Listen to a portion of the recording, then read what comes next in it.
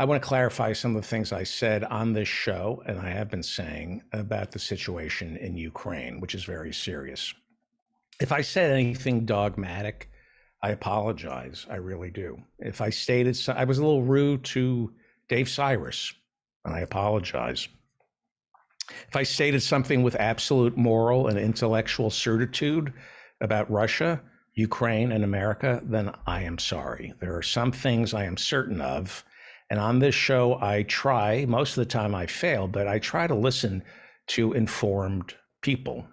And I try to put them on the show and listen. I try not to interrupt them.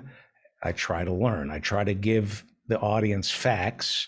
And, we filter through our leanings, our biases. But one thing I want to know when I have people on the show is why someone thinks the way they do without judgment. I'm always curious, why does somebody think a certain way? And I don't want to judge. I just want to understand, why do you think this way? There is a dearth of critical thinking in America because most Americans have not been trained by the Jesuits who encourage their students to perform thought exercises. I am the beneficiary of Orthodox Hebrew school until I went to Orthodox Hebrew school 3 times a week.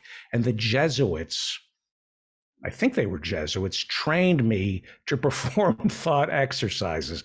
Maybe they weren't Jesuits, but something like Jesuits. And so often on this show, I ask all of us to perform thought exercises that are not the defense of evil. It's just trying to arrive at the why of evil. Many Americans are incapable of going there. Now, between 1932 and 1933, 13% of the Ukrainian population starved to death. Joseph Stalin did this. This is a fact. The New York Times won a Pulitzer reporting from Moscow those years. Many think that the Pulitzer should be revoked because they never mentioned that 13% of Ukrainian Kuliaks were starving to death because of Joseph Stalin collectivizing and shutting down privately owned farms. That's a fact. Man-made famine, not because of drought, famine by design. Conservatively speaking, 4 million Ukrainians, kulaks, peasants who owned property, I guess, they starved to death, even resorted to cannibalism. It was slow motion genocide of the Ukrainian people who back then were part of the Soviet Union. I condemn mass slaughter. Obviously, it's evil. All of us do. Unfortunately, that's where most Americans stop. Critical thinking demands the question, why? But in America, we don't ask why, because asking why suggests that there's a possible excuse for evil. And because we frame every narrative with some sort of religious dogma or connotation, our history, our conversations are built on faith as opposed to truth. And that's why religion, or any strong belief, any dogmatic belief, is dangerous, because faith, strong belief, will always corrupt the truth. Propaganda. Strong faith begets propaganda. Look, the Holocaust, evil. We know Hitler killed 6 million Jews. We know he gassed the LGBTQ, communist, Catholics, and all his political opponents. It's black and white. It's evil. But asking why he did it, asking why, what was he thinking? What were the German people thinking? Doesn't condone the atrocities. Why does this person hate gypsies? Right? That is an unreasonable question to ask in America.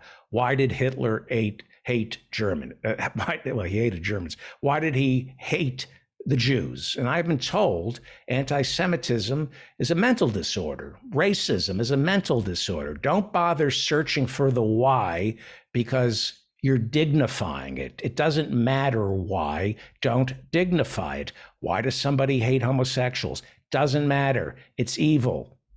Just don't ask.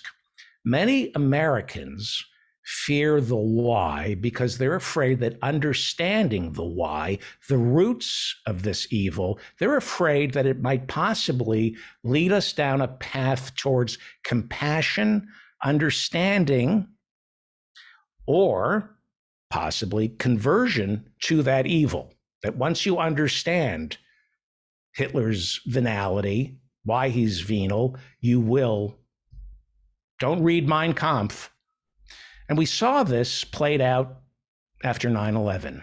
We were never allowed to ask why Osama bin Laden flew 2 planes into the World Trade Center. George W. Bush framed it immediately as evil. There's no excuse, he said, for evil. It was black and white. We must not ask why they attacked the World Trade Center. Why not? Why were they so afraid 21 years ago of the media saying, why did they do this?